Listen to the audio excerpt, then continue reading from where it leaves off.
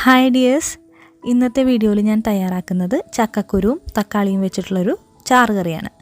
ചോറിൻ്റെ കൂടെ നല്ലൊരു കോമ്പിനേഷനാണ് ഈ കറി കേട്ടോ. അപ്പോൾ ഇതെങ്ങനെയാണ് തയ്യാറാക്കുന്നത് നോക്കാം. അതിനായിട്ട് ആദ്യം നമുക്ക് ചക്കക്കുരുവിനെ വേവിച്ചെടുക്കണം. ഒരു ചട്ടിയിലേക്ക് ഒരു കൈപ്പിടി നിറയെ ചക്കക്കുരു എടുത്തിട്ടുണ്ട്. ഇതിലേക്ക് ഒരല്ലി വെളുത്തുള്ളിയും 3 പച്ചമുളക്, 1/2 ടീസ്പൂൺ മഞ്ഞൾപ്പൊടി, 1/4 ടീസ്പൂൺ മുളക് പൊടിയും കൂടി ചേർത്ത് കൊടുക്കാം. ഇനി ഇതിലേക്ക് ആവശ്യത്തിനുള്ള വെള്ളം ചേർത്ത് കൊടുക്കുന്നുണ്ട്. ഇനി ഇതെല്ലാം കൂടി ഒന്ന് മിക്സ് ചെയ്യാം. ഇനി ഇതിനെ നമുക്ക് സ്റ്റൗവിൽ വയ്ക്കാം. ഇനി അവിടെ ഇരുന്ന് കുക്കാവട്ടെ. നമ്മൾ ആദ്യം ഉപ്പ് ചേർത്തിട്ടില്ല. ഉപ്പ് ഒരു 1/4 ഭാഗം വേവാകുമ്പോഴാണ് ഉപ്പ് ചേർത്ത് കൊടുക്കുന്നത്.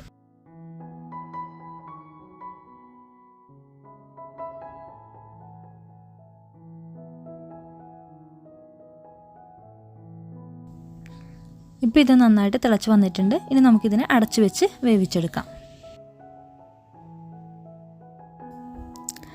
ചക്കക്കുരു കുക്കായി വരുന്ന സമയം കൊണ്ട് നമുക്ക് ഇതിലേക്ക് വേണ്ട അരപ്പ് തയ്യാറാക്കി വെക്കാം. അതിനായിട്ട് ഒരു ചെറിയ കപ്പ് തേങ്ങ എടുത്തിട്ടുള്ളത്. അതിലേക്ക് ആവശ്യത്തിനുള്ള വെള്ളം കൂടി ഒഴിച്ചിട്ട് നന്നായിട്ട് പേസ്റ്റ് പരുവത്തിൽ അരച്ച് വെക്കാം.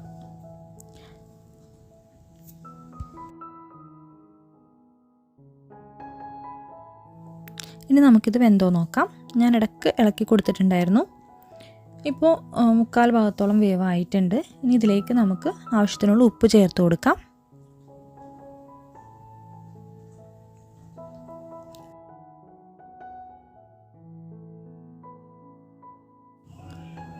ഇനി ഇതിലേക്ക് നമുക്ക് 2 മീഡിയം സൈസ് തക്കാളി ചേർത്ത് കൊടുക്കാം.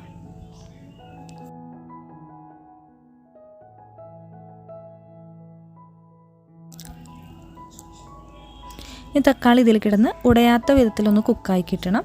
ഉടഞ്ഞു പോകണ്ട.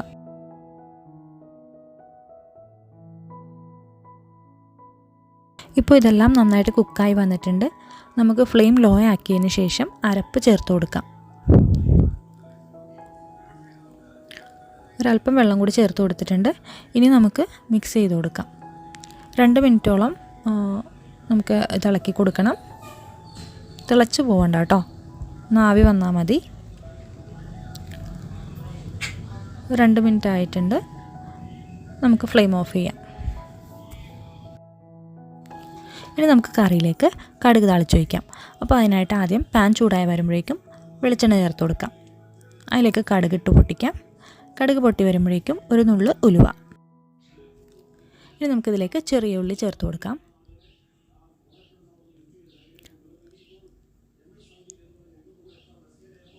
കറിവേപ്പില ആഡ് ചെയ്യുന്നുണ്ട്. വറ്റൽമുളകും കൂടെ ആഡ് ചെയ്ത് കൊടുക്കാം. ഇനി ഇതെല്ലാം കൂടെ ഒരു ബ്രൗൺ കളറായി വരുമ്പോൾ, ഉള്ളിയുടെ നിറം മാറി വരുമ്പോഴേക്കും നമുക്ക് കറിയിലേക്ക് ചേർത്ത് കൊടുക്കാം.